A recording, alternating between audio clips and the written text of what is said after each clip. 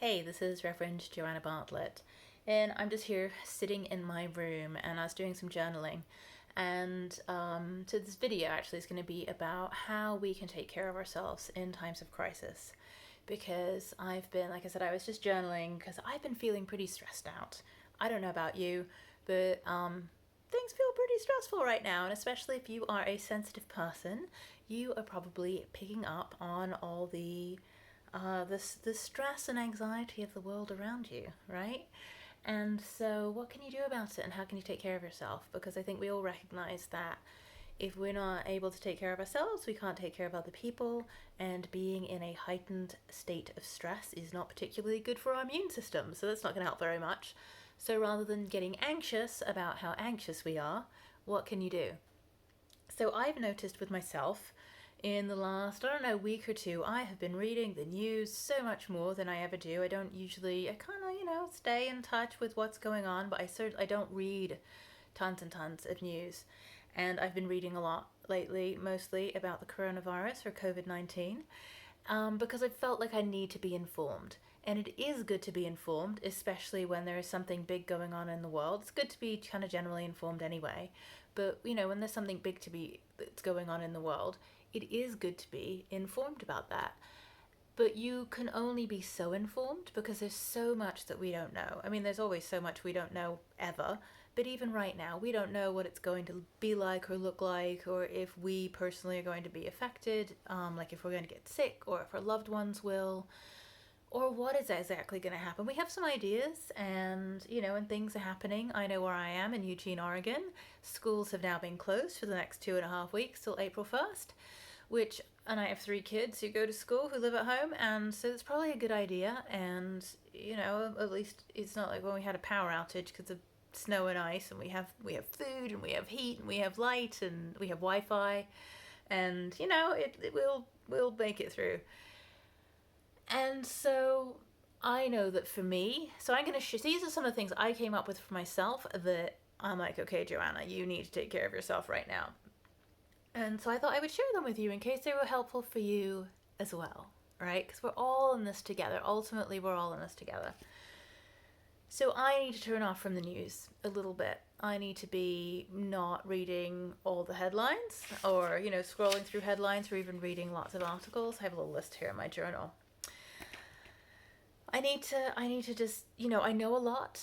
I feel pretty well informed. I'm going to keep in touch with what's going on, and I'm not going to spend hours reading and reading and reading and reading and reading. I need to not do that for myself. So things that I can do. I can journal, because journaling is super helpful for me because it allows me to feel my feelings. So however you're feeling right now, if you're mad, if you're anxious, if you're scared, if you're like, oh my God, if you're just exasperated and frustrated and think this whole thing is being blown out of proportion, it's totally okay. You're allowed to feel how you're feeling. You have to feel how you're feeling. You cannot not feel. I know we think that we can take these, these uncomfortable, annoying things called feelings, so we can go, okay, I'm going to stick you in this little box and I'm going to put you over here and I'm not going to deal with you. We cannot really actually do that, and we can't do it successfully, certainly for a long period of time. And so we need to feel our feelings. It's okay to feel them. Figure out a good way for you to feel them, a safe way. For me, journaling is a way for me to go, okay, this is what's going on with me.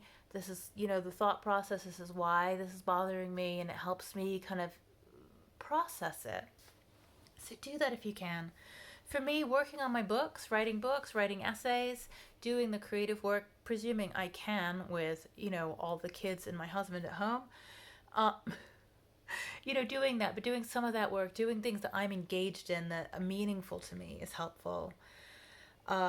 Coordinating with my neighbors, checking in with my neighbors. In our area, we have this program called Map Your Neighborhood, and so I volunteered to be the block captain for my neighborhood for a couple blocks up and down my street. And last weekend I went around and I got contact information from all those neighbors and said, I want to coordinate us. I want to have us be in touch with each other. And pretty much everybody was thrilled about it and was participating. And so now I just need to send out that contact information to everybody. And that way, if we need to get in touch, if we need to have a Zoom meeting, if we need to check in with each other, ask people for help, we can do that in a better way now. That's an active thing that my anxiety can help me do something productive to, what can I do? It's really hard when you feel helpless, like there's nothing that you can do. This is a thing that I can do that is potentially going to be helpful. And then I can do things like I love knitting and spinning yarn, so I'm going to be doing lots of that probably in the coming weeks. But whatever your hobbies are, whatever thing it is that you really enjoy doing, can you do some of that maybe? I want to watch more funny shows and movies and TV shows.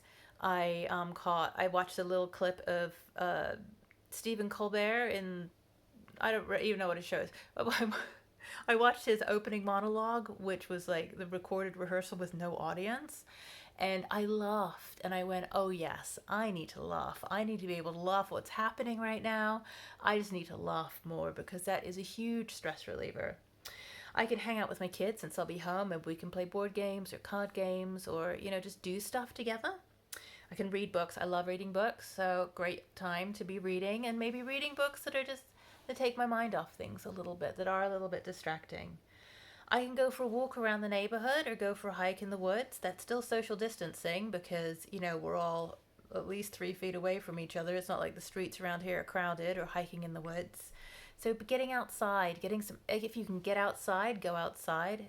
If you can just get exercise even in your own house, whether you have a treadmill or you can maybe watch a yoga video or, something like that. There are even some apps right now that are giving away their premium subscriptions free so that people like Down Dog is doing that. And you can, do things that take care of yourself and that are good for your physical body. I will be doing puzzles. I love doing puzzles. It's a good stress reliever for me. I'll be petting our cat, so it's maybe spending time with your pets and letting that be a good love and connection and stress relief. And then gardening. I want to get outside and do a little bit of gardening because that for me, connecting with the soil is very grounding. So I've noticed that like my blood pressure, I went to the doctor yesterday because I've been having some sinus stuff. And my blood pressure is really high for me. My heart rate is really high right now. My body is in this alert stress response going on.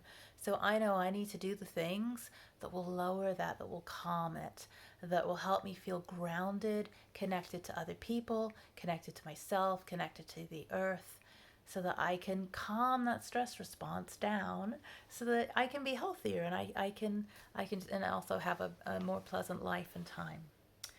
So I don't know what's going on for you exactly, but I know that many of us are anxious right now. And so hopefully some of these ideas of how you can take care of yourself, take care of your own mental health, your emotional health right now, it's really important. And that may be all that we can do is take care of ourselves, take care of each other.